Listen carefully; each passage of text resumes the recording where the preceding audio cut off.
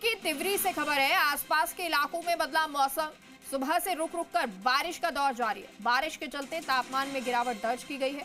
बेमौसम बारिश से किसानों की चिंता बढ़ गई है। कई खेतों में कटी हुई फसलें खुले में पड़ी हुई हैं। तो बड़ी जानकारी आपको दे रहे हैं मौसम को लेकर। ये जानकारी है जोधपुर के तिवरी से खबर है। आसपास के इलाकों में मौसम का मिजाज बदला है। सुबह से रुक रुक कर बारिश का दौर जारी है। बारिश के चलते तापमान में गिरावट दर्ज की गई है। बेमौसम बारिश से किसानों की चिंता बढ़ गई है। कई खेतों में कटी हुई फसलें खुले में पड़ी हुई हैं और ऐसे में ये फसलें खराब हो रही हैं।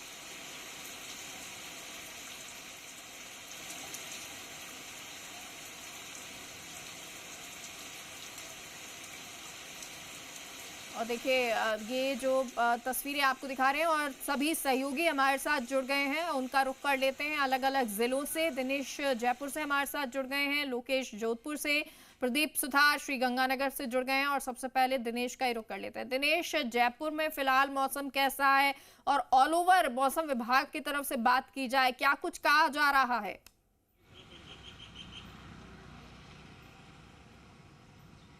मेघा, देखिए, राजधानी के मौसम की बात करें तो हाल ही में कुछ मिनटों पहले बारिश रुकी है। अच्छी ये कह सकते हैं कि मौसम के अनुसार अच्छी बारिश देखी गई है। राजधानी की सड़कें पूरी तरह तरबतर हो गई। अचानक मौसम बदला। 2 दिन के लिए वेस्टर्न डिस्टर्बेंस सक्रिय हुआ। कल तक इसका असर देखने को मिलेगा। परसों यानी 9 अप्रैल को मौसम थोड़ा साफ होता नजर आएगा। मौसम की वजह से ये कह सकते हैं कि बारिश की वजह से राजधानी जयपुर का मौसम खुशनुमा हो चुका है। हल्की ठंडी हवाएं भी शुरू हो चुकी है। सड़कें तरबतर होने से मौसम में भी तापमान में भारी गिरावट देखने को मिली है। जो गर्मी, जो धूप कल तक तपा रही थी, उससे राहत मिली है। लेकिन ये मौसम कहीं ना कहीं हमारे अन्नदाताओं के लिए काफ़ी नुकसान भरा साबित होगा। मेरे सहयोगी ब्रजेश तस्वीरें दिखा रहे हैं कि अब धूप खिलने की उम्मीद है। बारिश थम चुकी है पूरी तरह, मौसम खुशनुमा हो चुका है। लेकिन हमारे अन्नदाताओं के लिए ये बारिश काफ़ी दुखदायी साबित हो सकती है, क्योंकि फसल कटी हुई है, खेतों में पड़ी है। अधिकांश किसान जो है फसल को समेटने में लगे हुए हैं। सरसों कटाई में है, तो वहीं जो गेहूं चना पूरी तरह कट चुका है वो समेटने की तैयारी में, उसको चारा उसका खेतों में पड़ा है पशुओं का, तो ये उनके लिए एक मार साबित हो सकती है। मौसमी बीमारियां फैल सकती है। हालांकि तेज धूप जो कल तक जला रही थी, ये कह सकते हैं कि लू चलने की शुरुआत, अगर 2-4 दिन इसी तरह की धूप होती तो लू चलने की शुरुआत प्रदेश में देखी जा सकती थी। धूप कड़ाके की तेज धूप थी जो लोगों को जला रही थी, उससे काफ़ी राहत मिलेगी। ठंडी हवाएं देखी जा सकती है। हालांकि मौसम बदलाव का असर कल शाम से देखने को मिला था। कल शाम से ही मौसम में ठंडक नज़र आने लगी थी। खुशनुमा मौसम नज़र आने लगा था। और अभी की अगर बात करें तो राजधानी का मौसम बेहद खुशनुमा है। घूमने फिरने के लिए बहुत अच्छा मौसम हो चुका है। जो चिलचिलाती धूप थी उससे काफ़ी राहत है बारिश के बाद। लेकिन कहीं ना कहीं इस बारिश से नुकसान होगा। मौसमी बीमारियाँ तो फैल ही सकती है, इसलिए बचाव करने की ज़रूरत है। लेकिन किसानों के लिए काफ़ी मार है। मौसम विभाग ने कल तक के लिए अलर्ट जारी किया है। प्रदेश के 9 जिलों के लिए ऑरेंज अलर्ट और राजधानी जयपुर सहित 9 जिलों के लिए ऑरेंज अलर्ट और प्रदेश के 16 जिलों के लिए येलो अलर्ट जारी किया है। तो अभी भी आगामी 1 दिन और, या आज का अगर इंक्लूड करें 2 दिन पूरे बाकी हैं, तो 9 अप्रैल तक मौसम साफ होने की उम्मीद है। ऐसे में 2 दिन अभी और किसानों के लिए नुकसान भरा समय हो सकता है अगर बारिश ओले, क्योंकि हाल ही में हमने देखा कि दौर कई एक बार जिलों फिर में से शुरू हुआ है। जोधपुर का रुख कर लेते हैं दिनेश। जोधपुर लोकेश जुड़े हुए हैं। लोकेश, जोधपुर में मौसम का क्या हाल है? कई जगह ऐसी तस्वीर भी नजर आ रही है जोधपुर में, कहीं पानी भरा हुआ है, और किसानों पर कितना असर इसका नजर आ रहा है? मेघा, पश्चिमी विक्षोभ का असर है वो कल दोपहर से ही देखने को मिलने लग गया था। जोधपुर के आसपास के क्षेत्रों में कल दोपहर बाद से ही बादलों की आवाजाही शुरू हुई और जोधपुर शहर और आसपास के जो जिले भर की बात करें तो देर रात से बादलों की तेज़ आवाजाही शुरू हुई और तेज़ गर्जना के साथ मूसलाधार बारिश हुई। जोधपुर शहर और ओसिया हो या फिर अन्य जो आसपास के जो क्षेत्र हो, वहाँ जो घने काले बादल अभी भी छाए हुए हैं। मेरे सहयोगी शिव के जरिए मैं तस्वीरें भी यहाँ दिखाना चाहूँगा कि किस तरह से अभी भी जोधपुर के अंदर काले बादलों की आवाजाही है वो लगातार जारी है। मुख्य रूप से बात यह है कि जिस तरह से पश्चिमी विक्षोभ का असर एक के बाद एक पश्चिमी विक्षोभ का असर प्रदेश में देखने को मिल रहा है। जोधपुर में लगातार बारिश का दौर जारी है।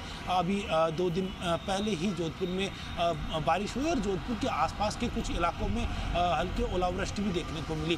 और देर रात जिस तरह से तेज बारिश हुई, मूसलाधार बारिश हुई और कई इलाकों के अंदर पानी भर गया, जिसके चलते जो रबी की जो फसलें तैयार, पकी हुई फसलें, जो कटी हुई फसलें हैं, उनमें काफ़ी नुकसान है वो देखने को मिला है।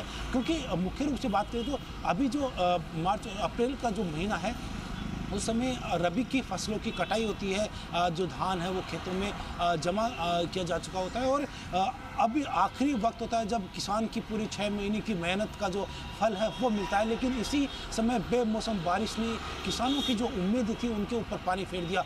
जो तस्वीरें आप यहाँ देख रहे हैं कि जोधपुर की सड़कों पे अभी भी कई जगह पे पानी भरा हुआ है, क्योंकि देर रात करीब 1 से 2 बजे के बीच बारिश हुई और करीब 2 घंटे तक बारिश का जो दौर है वो जोधपुर में देखने को मिला। एक बार फिर से कई इलाकों में बूंदाबांदी का जो दौर है वो अभी भी सुबह भी देखने को मिला है, क्योंकि पश्चिमी विक्षोभ का असर है वो काफ़ी तेज इस बार देखने को मिला। मौसम विभाग ने जोधपुर शहर, जोधपुर जिले सहित जोधपुर संभाग के जैसे जैसलमेर हो, फलोदी हो, पाली हो, इन जिलों के अंदर ऑरेंज अलर्ट जारी किया है। तेज हवाओं के, बिजली गिरने और साथ ही मूसलाधार बारिश और ओलावृष्टि को लेकर अलर्ट जारी किया गया है।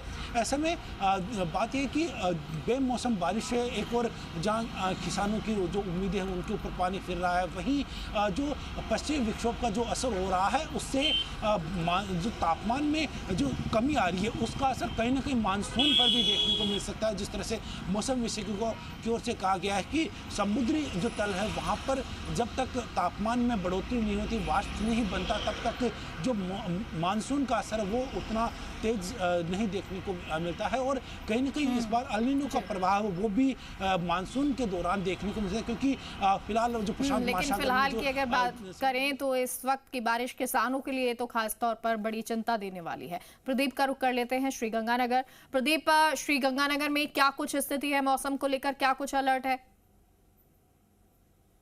बिल्कुल मेघा, जिस तरीके से पश्चिमी विक्षोभ सक्रिय हुआ है उसके बाद से ही वो गंगानगर जिले में है वो सबसे ज्यादा कहर है वो बर पाया है, क्योंकि जिस तरीके से ओलावृष्टि हुई उसके साथ साथ गंगानगर व हनुमानगढ़ दोनों जिलों में है वो किसानों को खासा नुकसान हुआ है और जो किसानों की पक्की पकाई फसल है वो बर्बाद हो चुकी है।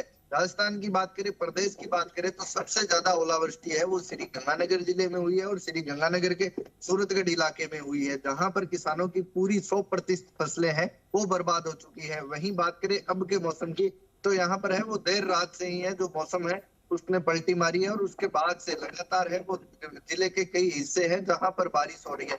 अभी इस वक्त मैं मौजूद हूँ श्री गंगानगर जिले के रावला इलाके में। आप देख सकते हैं कि किस तरीके से देर रात यहाँ पर हुई बारिश के बाद इलाके के अंदर जो फसलें हैं वो यहाँ पर बर्बाद हो चुकी है। देखिए कि जो फसलें हैं वो यहाँ पर तेज सी गिर चुकी है और इन फसलों में है जो बारिश हुई, बारिश के बाद से पूर्णतः नुकसान है तो यहाँ पर नजर आएगा, क्योंकि जिस तरीके से गेहूं की फसल है वो पूरी तरीके से पककर तैयार थी, लेकिन बारिश हुई, बारिश के बाद जो गेहूं की फलियां हैं वो यहाँ पर तरीके से नष्ट हो चुकी है और इसको लेकर लगातार किसान है वो परेशान भी है, क्योंकि जिस तरीके से उन लोगों ने मेहनत की, करीब 6 महीने की मेहनत के बाद अब इन किसानों की फसलें हैं वो निकलने को लेकर तैयार थी और इसी बीच जब पश्चिमी विक्षोभ सक्रिय हुआ उसके बाद बारिश हुई और बारिश के बाद है वो पूरी फसलें हैं वो बर्बाद होगी। हमारे साथ कुछ किसान मौजूद है, मैं उनसे बातचीत करूंगा कि आखिर इन किसानों को है वो बारिश के बाद कितना नुकसान हुआ है। सर आप बताएं, बारिश हुई है, बारिश के बाद किस तरीके का नुकसान है किसानों को? 100% रोड हो गया,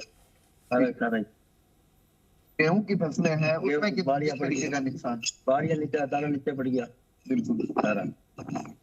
बिल्कुल तो देखिए जिस तरीके से जो किसान है, किसानों की चिंता है वो आप देख सकते हैं साफ तौर पर कि किसानों का कहना है कि जो उनकी पकी पकाई फसलें थी वो पूर्णतया है वो नष्ट हो चुकी है और ऐसे में अब इन किसानों के सामने आगे की जो फसल बिजाई है उसको लेकर संकट है, तो वहीं जो पशुओं के लिए हरे चारे से लेकर खाने की कनक जो गेहूं है उसका तक संकट है वो इन किसानों के ऊपर आ पड़ा है। क्योंकि जिस तरीके से अभी आज की बात करें तो आज भी मौसम विभाग ने पूरे प्रदेश भर में अलर्ट जारी किया है, तो श्री गंगानगर की बात करें तो श्री गंगानगर में ऑरेंज अलर्ट जारी किया है।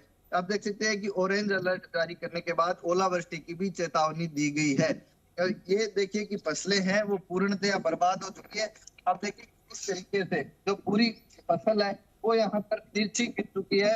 और अब जो किसान है वो लगातार सरकार से मुआवजे की मांग है वो कर रहे हैं, और पूरे इलाके के अंदर दोबारा गिरदावरी करवाने की मांग है वो किसान कर रहे हैं, क्योंकि जिस तरीके से किसानों का नुकसान हुआ है और 100% नुकसान हुआ है, तो इससे किसानों को है वो खासा परेशानी है वो उसका सामना करना पड़ रहा है। हालांकि विभाग ने पूरे इलाके के अंदर सर्वे के निर्देश दे दिए हैं और 72 घंटे के अंदर अंदर रिपोर्ट भी मांगी।